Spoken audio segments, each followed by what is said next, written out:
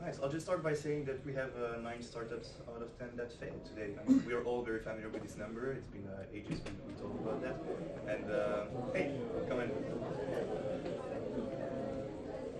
Still today we are here with Benjamin, that founded the startup studio of Crédit Agricole. I guess that you're all familiar with Crédit Agricole here. Someone doesn't know about Crédit Agricole? You don't? I'll explain a bit. It's a big bank here in France, but yeah, we'll get into this. So yeah, first you might wonder like why such a big incumbent bank would put their money on such a high risk stake, right? But the fact is that you still have some ways to avoid being part of the 90% that fails and maybe end up in the 10 lucky percent, I would say. And of course, we'll come into that in a minute and see a little bit how you use the technologies in your business to accelerate all this. On my part, I'm Dilhan. I'm working at ZeToolbox. I'm a service manager, so I'm managing all the project managers and the makers in the companies, and we are accompanying startups, but mostly SMBs, into their digitization and putting in place these tools, NoCode tools, to accelerate the way their business is running every day. So yeah, so before going more into details, maybe you want to talk a little bit about La Fabrique and what you guys are doing. Sure, okay, thank you very much for the introduction. So hello everyone. So first I will introduce the Crédit Agricole Bank for those who might not be familiar with this. So it's the largest retail bank in France, roughly 27 million clients, mostly individuals. It's not as developed on large companies, so it's mostly a retail bank, but it does basically everything. So it's basically, if you go into the very, let's say the least populated regions of France, basically the Crédit Agricole is the only bank there is. So they have a huge distribution network. They have basically the entire offering that you can find in a bank, a universal bank. And they struggle, like any large organization, with being fast to test and develop new products. They see all the nice startups are doing things very fast, and they, even though they have a lot of money, they can't seem to be as fast.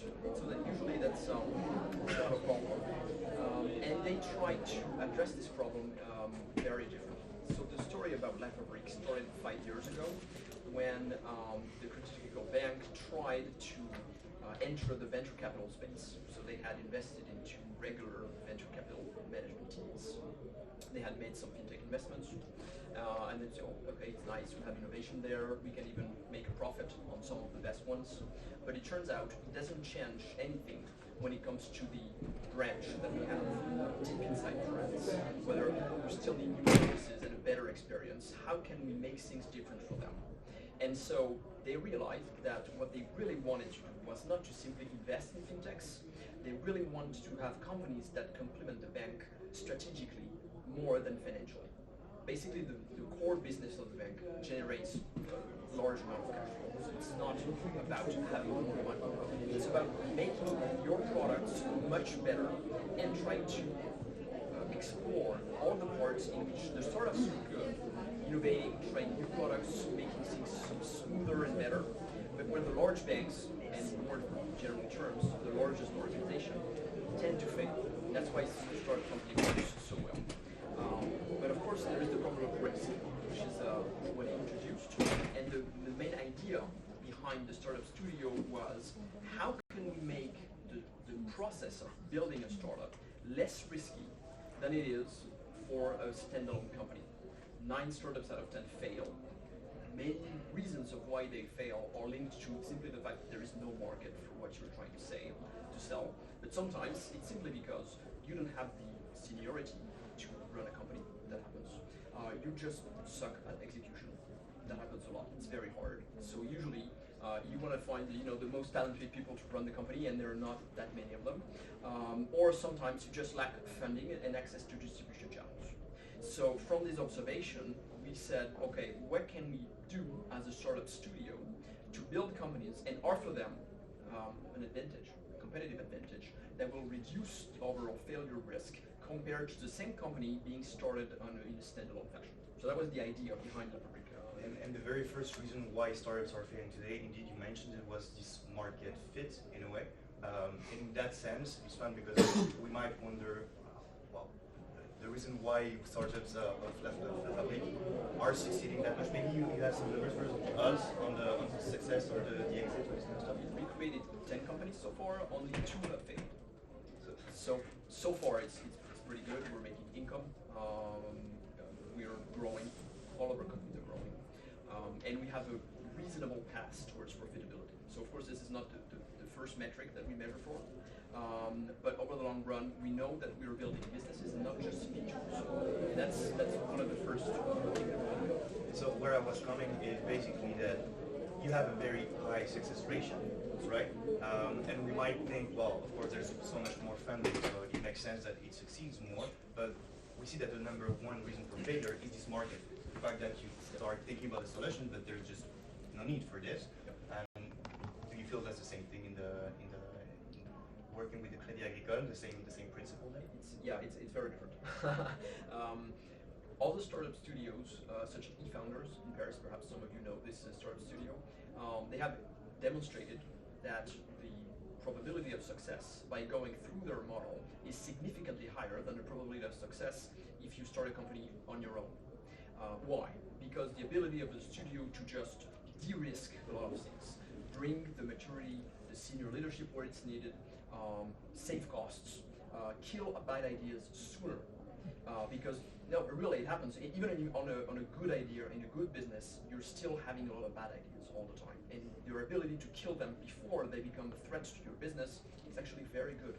It's a good ability you want to have, and the role of the studio is to bring that, so we can have teams that are focused on 2 things: product, of course, and distribution. Usually, sometimes said that the first-time founders they focus on product, and second and third-time founders they focus on distribution because it's so much harder. And it turns out it's kind of true. After having built 10 companies, finding a good idea for a product, or at least finding a product that will have a market, that will have customers ready to pay for it, is not as hard as building something which is distributable at scale. And that's very, very different. Usually a completely different set of competence. That's also why when the company grows, sometimes you have to have changes in leadership, so you can have some new talents enter and complete the team. And so in that sense, what is interesting is that there's all this idea of distribution, but all the operations inside. And so here at La Fabrique, there is this idea of using no-code to fuel these operations, or at least the operations in the beginning, and accelerate these very first phases. Yeah. If you can just tell us a little more. Sure.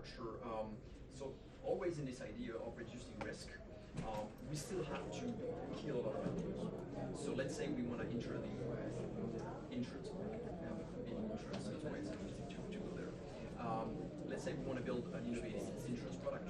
We're going to have to manage the bank's insurance branch. We're going to perhaps provide us with some. Interesting. Maybe the guys in the end will be hearing us. Okay. Insurance. That's wrong. It's okay. No, I was just giving insurance as an example. But if you want to launch a business in there, actually, they're going to have 30 different products you can test out. Perhaps only one of them will be both viable from an economic standpoint. Of course, we have to make it viable. But also something that's going to be accepted by the ecosystem of the bank through which we're going to have to distribute it. Because usually, one of the first appeal that we offer to our companies is the ability to distribute faster and cheaper, because the bank has such a large reach. It doesn't always work, and actually meshing yourself with an already established distribution channel can be very hard and very long and very, very costly. So that's why there is this buffer between the startup and the large bank, which is La Fabrique, who try to make this bridge between the bank and it's, of course, the way that it's run, which is very differently than a startup company, and the startup who needs to be very fast, very independent from an operating point of view, completely able to hire whoever it needs, completely able to structure itself and equip itself with tools which are going to be able to solve its current problems. And that's the fundamental difference that we identify between the startups and the large bank, which is the significant time characteristic of what you're doing is so much shorter. In the startup, you're going to be making decisions that are going to have a lifespan of 2-3 months usually, and then when you get a bit better, it gets to 6 months. When you're inside the bank, you're thinking about 10 years ahead usually. So of course, these two worlds cannot properly work together. You have to have a different way of organizing things. And that's why when you're testing out ideas, and I'm circling back to my insurance product there, if we're trying to identify which is the one product among the 30 that we could build, which is going to be the good one, we're going to have to test and kill 29 of them. And in order to test those, we don't want to invest 10 million euros for each test. It just doesn't make any sense. So we need to find ways to test it for very cheap and as fast as we can do it. And usually this is where tools and no-code tools help us, because we are able to build test items, whatever the form of the product that we're trying to develop. Sometimes it's more of a service, sometimes it's more of a software. We don't really know. But whatever the form, we need to build test items that are going to be very easy to kill and very easy to scale if they work. And usually trying to build immediately something which is completely on-premise, definitive, something you're going to have to keep for 10 years, doesn't make any sense. It makes a lot of sense for the bank when it's dealing with regulatory pressure. For the bank, the point of view of the bank, 90% of the money which is spent in IT, for instance, it's going to be directed at respecting the law, because the law is changing all the time and new regulations are being written every day, basically. So you spend your whole time just to comply and running after the law to make sure that you keep being compliant. When you're a company, a smaller company, a startup, this is not immediately a concern. You want your product to be live, you want your distribution channels to work, and you're basically advancing in the dark in the beginning because you don't really know what's going to work or not. So you want to test out, kill stuff as fast as possible, and when you identify something that's sticking, then you want to think again, am I really equipped to grow on this product or not? And that's where things get different. Well, we have the case very often, actually. People that come to us have an idea, a budget, and feel like their thing is going to grow very fast in the next month. It's always the questions like, hey, you're going to build something for me today. Is it still going to be viable in a year and a half from now? And sometimes the answer is yes. If it's an SME that is not willing to scale and that has processes that are very mature and are going to stay the same. But in the case of companies that are willing to scale, that are willing to grow, the answer is sometimes no. But that can discourage some people and think, hey, I should go right away into something that's custom or build a big machine right away. It's make or buy always. The question is make or buy. And so you're re-asking that question every day for everything. And there's this question as well about, and we come back to the market fit and this idea, and there's always this idea of the GDPR as well, problem with the data coming to America. Yep. And we know that most of the no-code tools that we use tackle this issue because most tools that we use, like Airtable, Motion, all these kind of things, are based in the US. Specifically a fintech, like banking problem, because banks, they have even more regulations than all the large companies. And one of the most stringent regulations is related to where is your data going, because you're manipulating very sensitive data over your clients, and usually you don't want that data to be exposed to other countries. And there are a lot of fear related to the Cloud Act. So everything which is basically built eventually on Google Cloud Platform or Amazon Web Services, you know that at some point the data is going to be going to the US, and at least for French companies and European companies at large, this is not something that they're comfortable with. So experimenting when you're still low scale, you're just trying out things. As long as it's under the radar in terms of volume, nobody cares basically. So it's okay, you do whatever you want. But the minute you find something which is ready to be scaled, and it pops up on the radar of the big boss of the bank and it says, okay, this is promising, I want to invest in that, I want that to be big, then all of a sudden with that sponsorship comes the need to comply with all the regulation that exists in the law, but of course also within the bank. And sometimes the IT is going to be saying, okay, all of this cloud stuff, it's very nice, but at some point I want you to make sure that no data ever gets to the United States. That's the rule.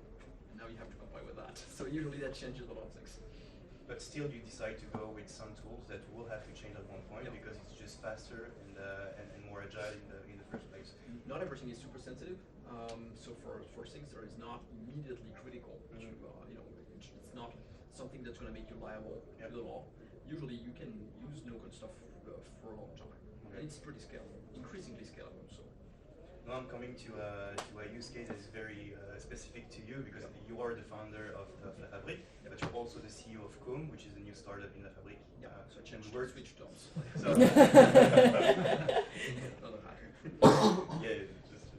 So, yeah, we worked together for the past 2 months and a half now or something like this with your teams to start building tools for Com. Maybe you can explain us a little bit what Com is doing and why you chose to go with us. So Com is the last startup that is being built within the Fabrique base house. So it's a company that creates a new way to fund real estate acquisitions. So we're only working on real estate deals, and we're creating a financing line which is a capital financing line. So we're not lending money for people to buy real estate. We're investing with them directly inside houses and apartments, and so we're buying real assets. This is very useful for a lot of use cases. For all the people whose access to credit is limited, but perhaps have the opportunity to buy a worthwhile asset. So basically, if the bank cannot lend you enough money, or the insurance company cannot cover your loan for age-related reasons or things like that, well, basically you're stuck, even though perhaps you have a very nice asset that you can buy. This is where I come in, and I can help you buy it, and we can find other ways to fund your acquisition. I can also monetize assets. It's a different story, but anyway, the end point is I buy real estate, and the process of buying real estate in itself is very complicated. It's long, it's a procedure that involves a lot of people, so there is a notary. In France, the notary is absolutely central to the real estate acquisitions. Not really the same in other countries, but in France it is. Of course, there is the bank. Usually there's going to be a credit line somewhere in there. There is the agent that's going to organize the transaction, find a buyer, find a seller. Of course, the client that needs to be reassured and explain stuff. And I'm coming inside the transaction and adding another layer of complexity. So the first thing that we're trying to do is try to make the whole transaction, the whole process, which is usually 3 to 4 months long, so it's kind of long and complicated, as simple as possible. There is a lot of data to be manipulated. There is a lot of interfaces to be built. Interfaces that are targeted at very different people. The bankers, the risk managers, they want the airline cockpits, very complicated stuff, indicators, very accurate indicators, so they can make good decisions. At the other end, if you're talking to someone who's just a first-time home buyer, you don't want to overwhelm them with too much data, too much complexity. So you have something to be we need something to be very simple. And so building those interfaces, building those tools, building those indicators is something that is going to take months, perhaps years, to refine until we find something which is very good and efficient. And in the meantime, we need to be able to iterate all the time and change stuff according to the first result that we get from our product.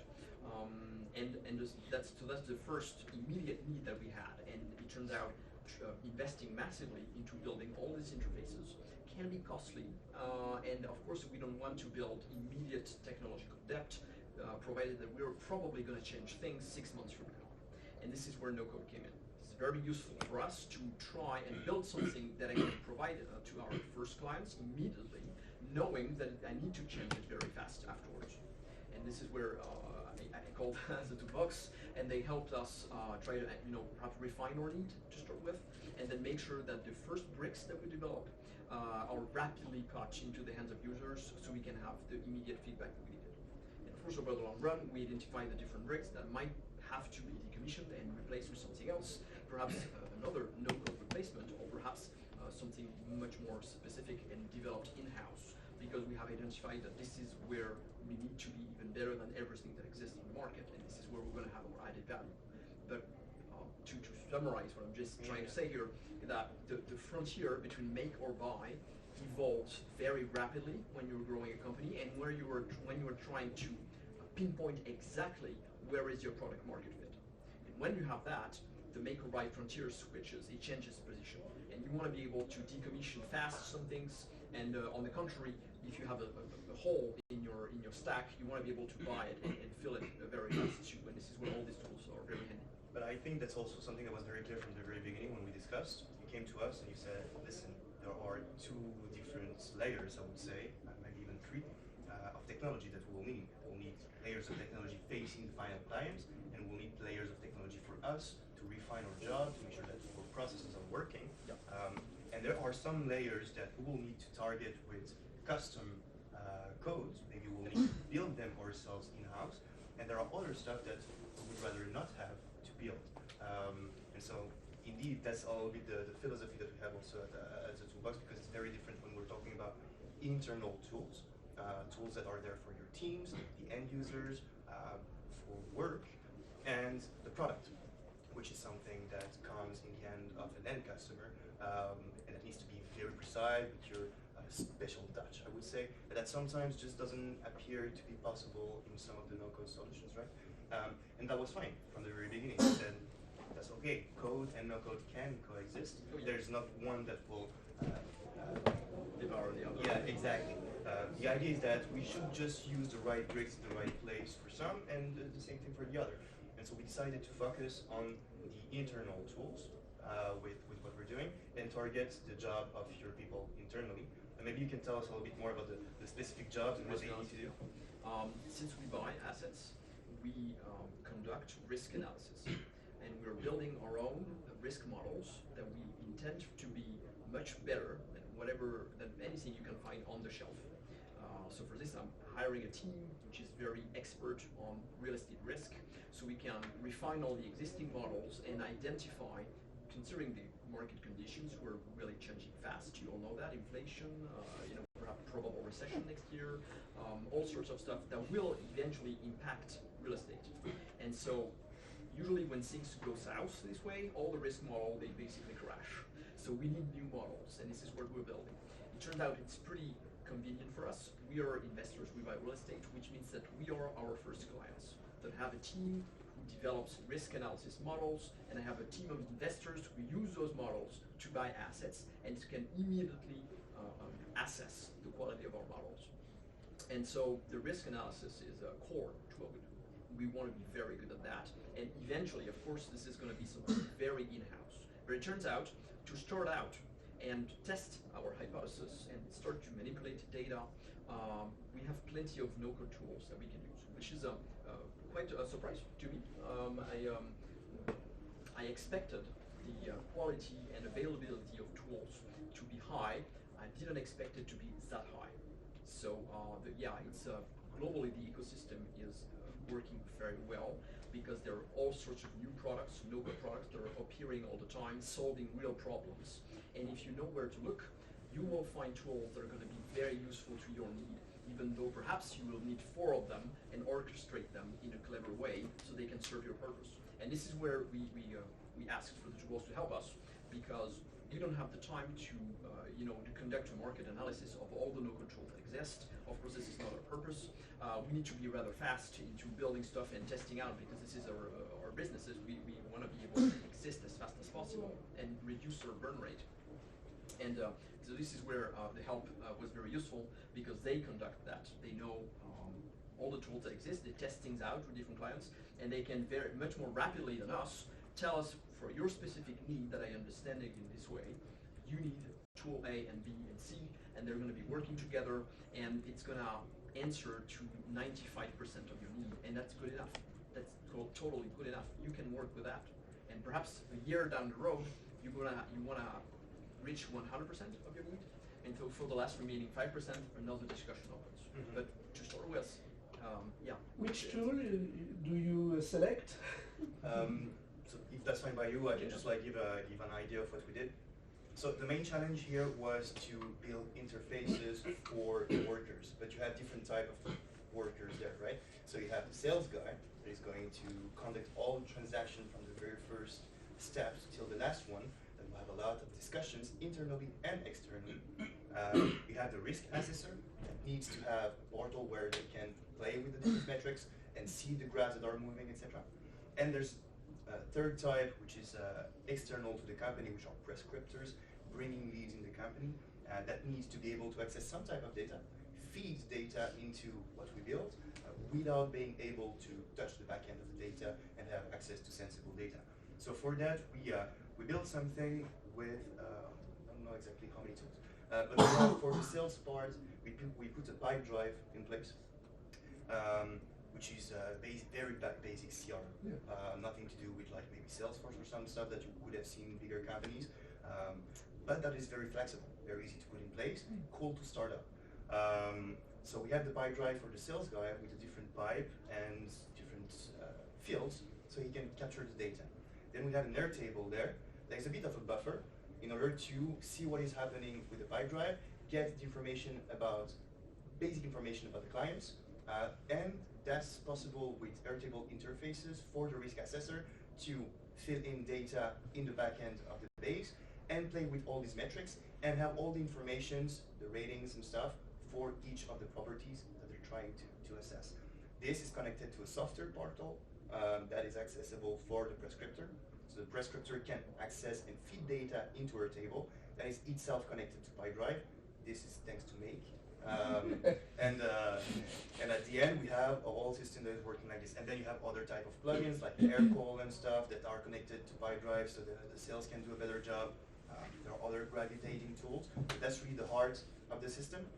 And for this, we were able in 2 months approximately, including the design phase, because we needed to understand the process, to put that in place and to have something that is coming to an end now, because we had some last requests for new models and stuff to be implemented. But that's part of the job. So yeah, but so far so good. The team is testing it and it looks good. So yeah, we're really looking forward to have a lot of leads coming inside there. So that's the thing. I don't know if there were any other questions on the architecture part. What about the fulfillment part, when you close the deal and then you go to work and deliver? Is it also touched by NoCode? Not everything has to be digitized. It turns out there are part of the process that don't have added value by adding codes on top of it. But for the part that needs it, we always question the relationship that we have with our stakeholders. It turns out when we're buying real estate, we're having a very important discussion with notaries. In France, basically it's a state officer that makes sure that the transaction is legal, that everything is fair and square, that everything is okay, and that says, okay, I agree with the transaction, and then it's officially a transaction. And this person being very central to what we do, there is the question that we have to ask ourselves: is it worth developing something specifically for that person or not? Perhaps a phone call is enough. Perhaps an email is very good. We don't have to over-engineer our relationship with it. But sometimes we identify a use case or something which is rather specific and hard to explain over email or over a phone call. And this is where perhaps some bigger tools can be At the same time, in terms of the no-code or whatever tool that you want to, because we're talking about no-code, but at the end of the day, there's a lot of tools out there, right? As a toolbox, we always have this idea of first systematizing, I know how to say that, a process before automatizing anything, modelizing it into a tool. So if something is not most of the time always the same steps, then you you don't need rigidity. The idea is that the tool adapts to the user, not the user adapts to the tool. So it makes no sense to always structure everything in a hard way. And so the first part, and that's what we did in the first place, is understanding really what is the process, understanding what are the steps where we could really gain from automation, manual work, and identifying the potential pain points. And from there, you see how you build the whole structure behind it. But yeah, you don't try to cover every single aspect of the job with technology, because that just doesn't make sense. Again, the flexibility part is central. The environment changes, and you want to be able to adapt to it as fast as possible. Like, until perhaps 3 months ago, it was completely nonsensical for any company to have its own electricity supply. You go to EDF and you buy electricity. Plain and simple. Now, there are large companies that are building their own electricity supply because the price of the market have gone completely crazy. So it shows that even something even basic of that can be questioned by your environment, and you need to be able to adapt. So of course we are working on much smaller scales, and the stakes are much lower than those companies. But still, the decision-making process is similar, considering that our environment has to change only because of growth. That's the nice scenario. But even in this nice scenario, we have to be able to unplug stuff and plug new stuff instead very fast. And the bigger you get, the more stakes there is at doing that. So this is where things get a bit more difficult. There was something I wanted to bring back here, which was this relation between code and no-code, Yep. Which I think is very important because we always talk a lot about no-code, and this is a conference about no-code, but still code has a very essential place in the life of a company, and there's this idea of life cycle of a company. Indeed, here we see very early stages. No-code makes sense, especially internal tools where you can accelerate the processes.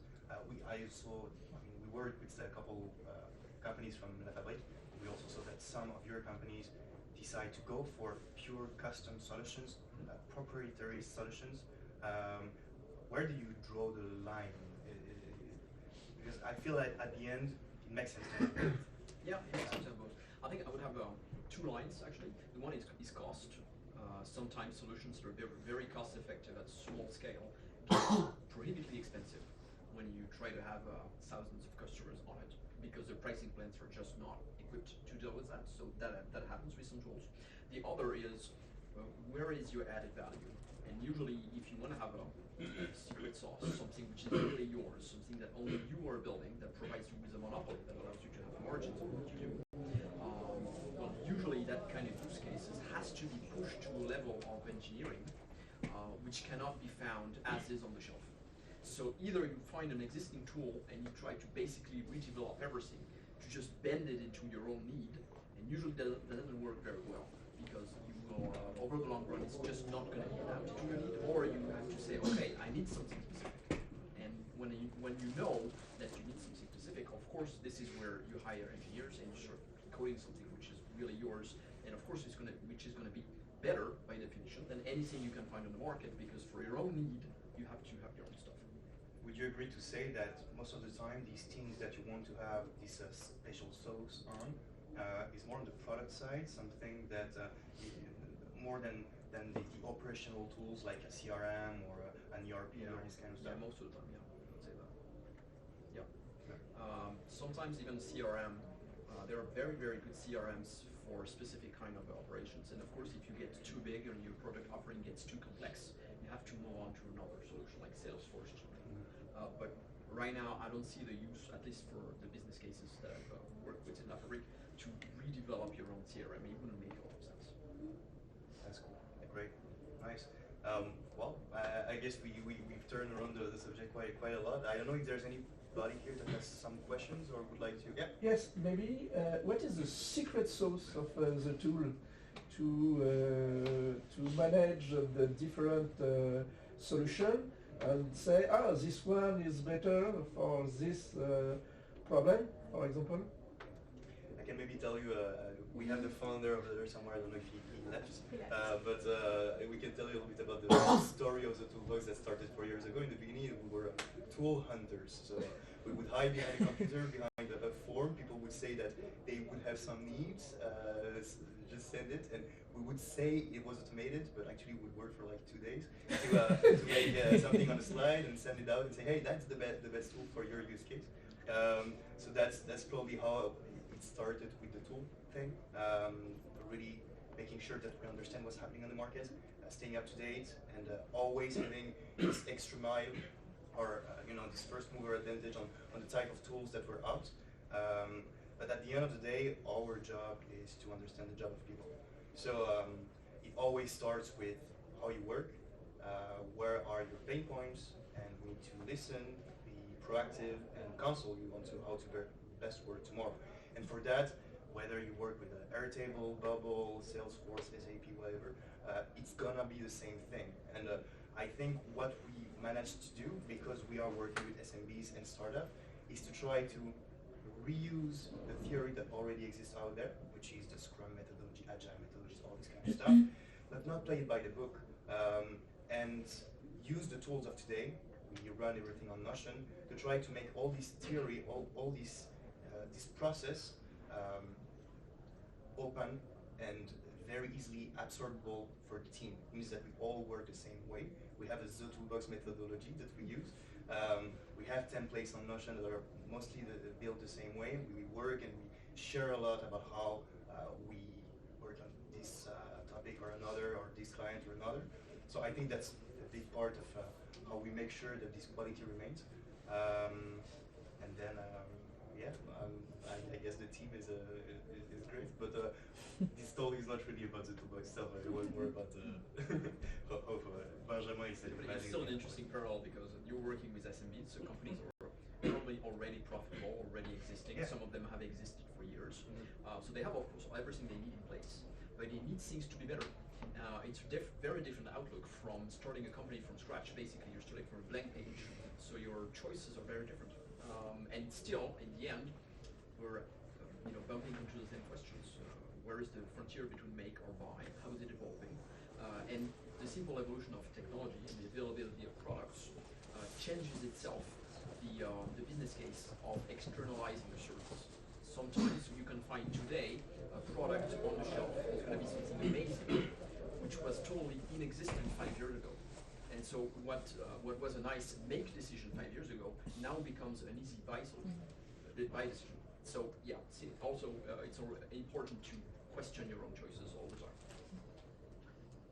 Question in the field of building a startup.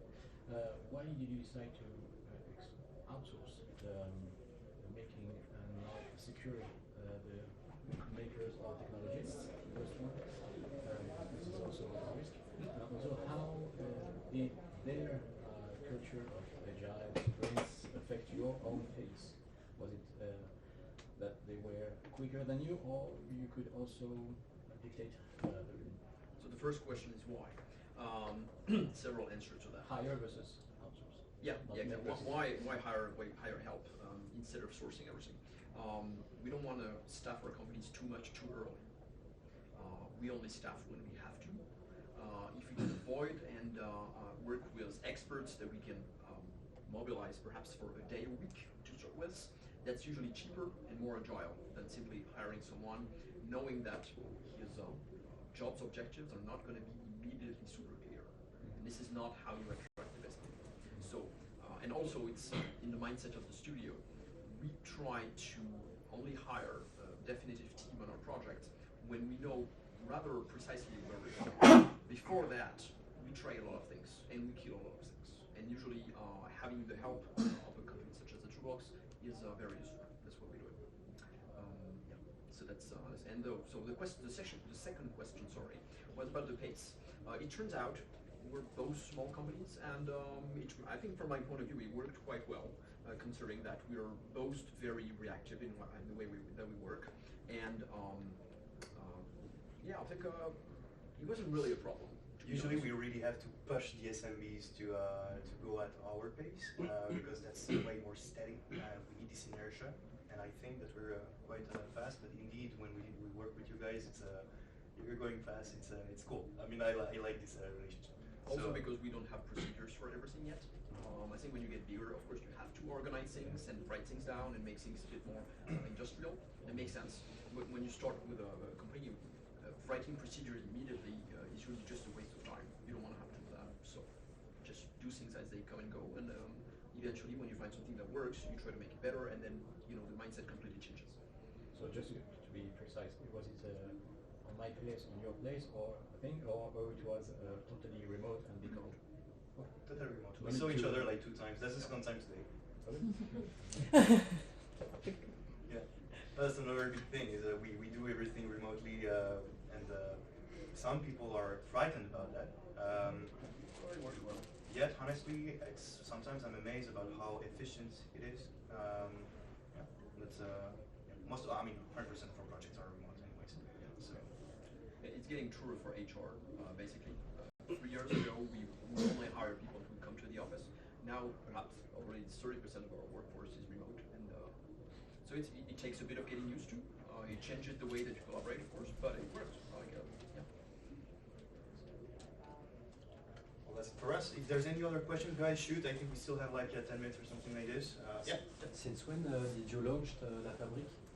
I think it was 2018, so that would be 4 years. Yeah. So we were 3 in the beginning. We're I think pushing 140 people now, something like that. So. And how do you select a project? So it's a pretty good question, actually.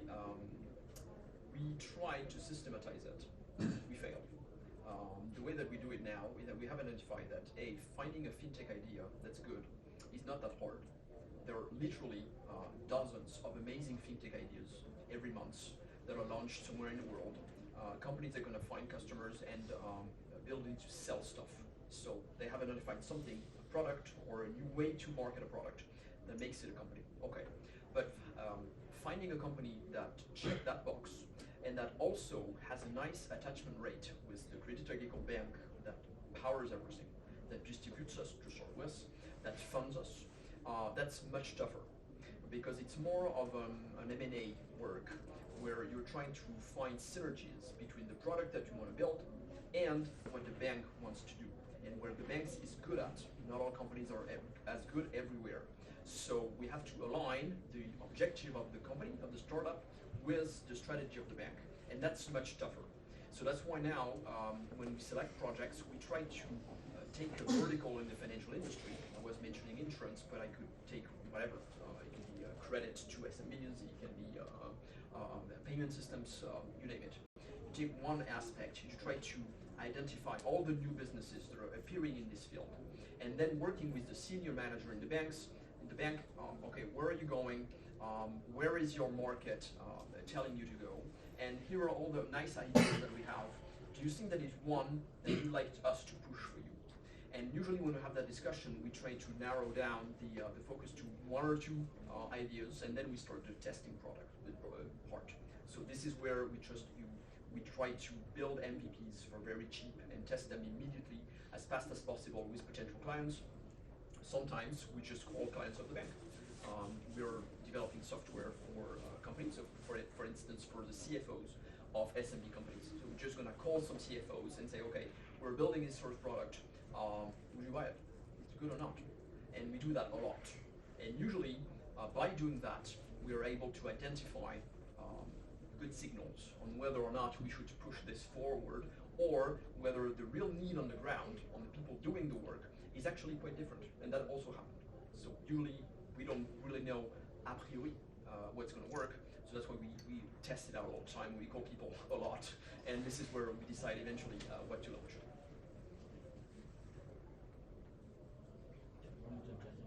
Sure. You were talking about variations and killing 29 of them to keep only one. Did you do that also? How many times? And was it tiny variation or frankly private? Both. Yeah, there were projects, there were many ideas that were killed early on. An example, last year we wanted to make a push into payment. So we hired people to help us run a rather comprehensive analysis of everything new into payments. Basically, I think we killed perhaps 70 ideas. Yeah. Not because of impossibility to reach profitability, but mostly because in terms of distribution, in terms of our own ability to reach clients for a reasonable amount of money, just it wasn't prioritized. There are many businesses that would be amazing businesses, but that require 100 million for you to get to market. And it happens. If you want to launch like a car company, you're going to have to spend billions before even having income. And that's fine, because this is how these businesses work. We don't do that. We try to be much more capital efficient. So by definition, we rule out all the businesses that require a lot of capital upfront. And when it comes to larger projects, it also happened that we built an entire company. So we had potential clients, we had the beginning of a product, and then for strategic reasons, we had to kill it. So also, and political reasons also. That's one of the downside of working with a large company. They fund you, so eventually they decide. If they don't like what you're doing because they see a threat for whatever, or they change their mind and because they want to divert capital to something else, well, okay, they kill you, then that's fine.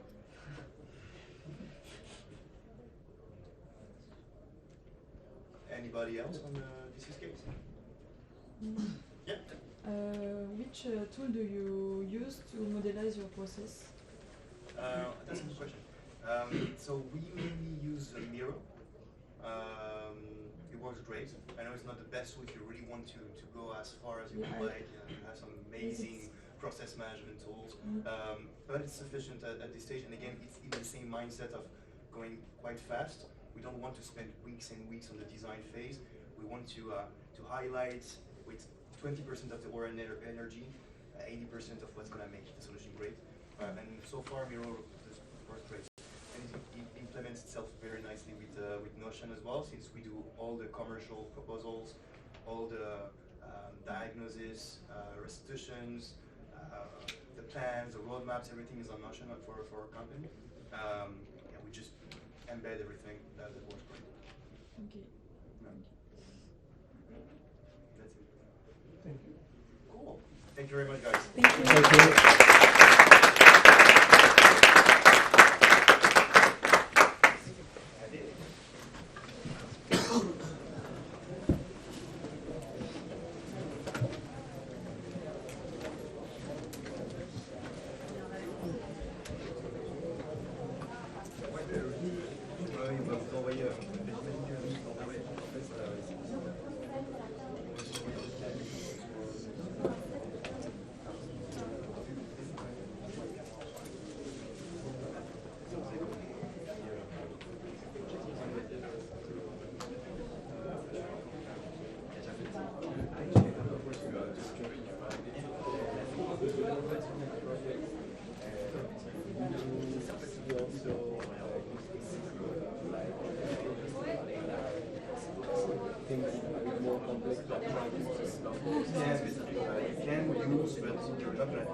So for example, we have clients that shoe seller. Well, not small, so they're seasoned finance customers. Buying shoe sellers in their business. Go to the seller, take pictures, find the right price. So we use, for example, AI, the OCR books. So when they take a picture, it takes out all the information, like the picture of the sticker, whatever, the data, or saved, and they're saved database, which helps out because support desk is coding everything, taking pictures, coding everything, take that back. It was almost full-time job. Today they can just go, take a picture, space your table, and so that's AI. Not text to NoCode, still code and by but to use the openness of NoCode and like search table to take what has been built elsewhere. So and you could do the same thing with NLP. Most or actually the big AI vendors, they have pre-built OCR, neural network processing, and actually they're building the example people have this no, it's a problem that we image classification. When you train the model and then you take your face and then they recognize and things like that. But I actually see that it's do a lot of just connected with the AI. I wonder if people started integrating it or it's still in we did. Yeah. We did that. The OCR is something we use a lot. Yeah, no, that's amazing. Because I work on AI, but I have the impression that I actually know that, and for me it's kind of like easier to see like how can you connect, how to connect Google AI or Google AI with bots. So I wonder if people take advantage of that and are really using it, or they're still just launching small MVPs. It's like at the end, it's to make sure that the business of someone runs better. And so you don't need to say like just to use it. If there's no need, you can do that with very basic structure. So most of the SMEs just was structuring the data and making sure the data is there and that they can actually do something. But in some cases, yes, makes sense.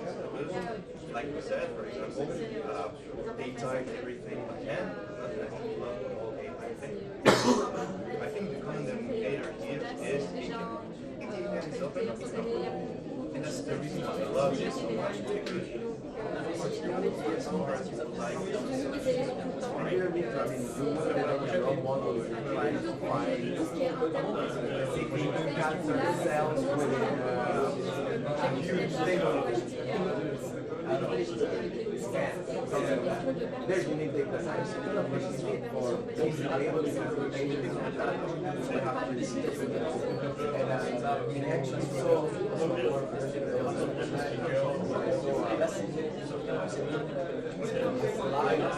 where information is that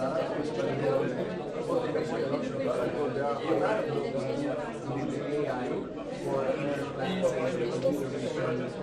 all of that. And it seemed like a really nice landscape, but I'm completely aware of playing with all of these issues. That's fun. What is cool is that they made it so easy. For example, the picture of the API starting with small space such right?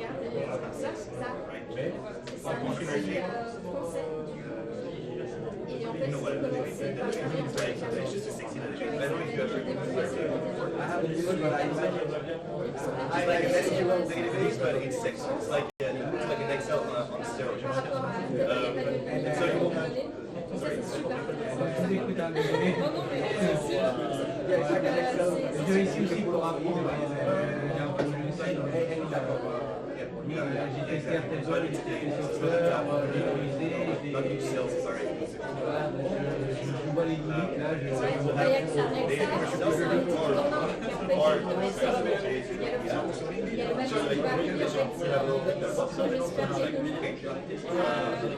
Do I want to treat all the rows?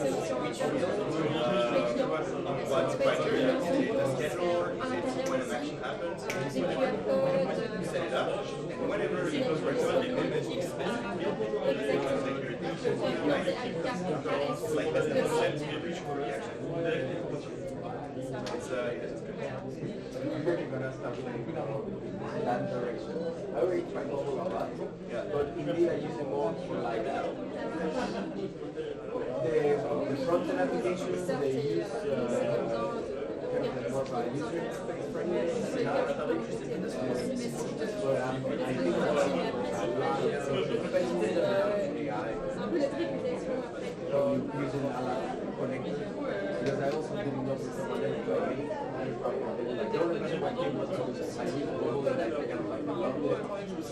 Bubble is a specific, very specific novel. Most bubbles are coding, it's way more but this game we can play more details, right? And they won't keep everything in one place for long. So I feel like it's because it's about the web as well. It's kind of like give you the best of both worlds. You also have the potential to do more stuff, but it's just a bit fast. Moi j'ai travaillé dans l'édition logicielle, l'édition logicielle d'entreprise. Il y a des process, moi je travaille dans nos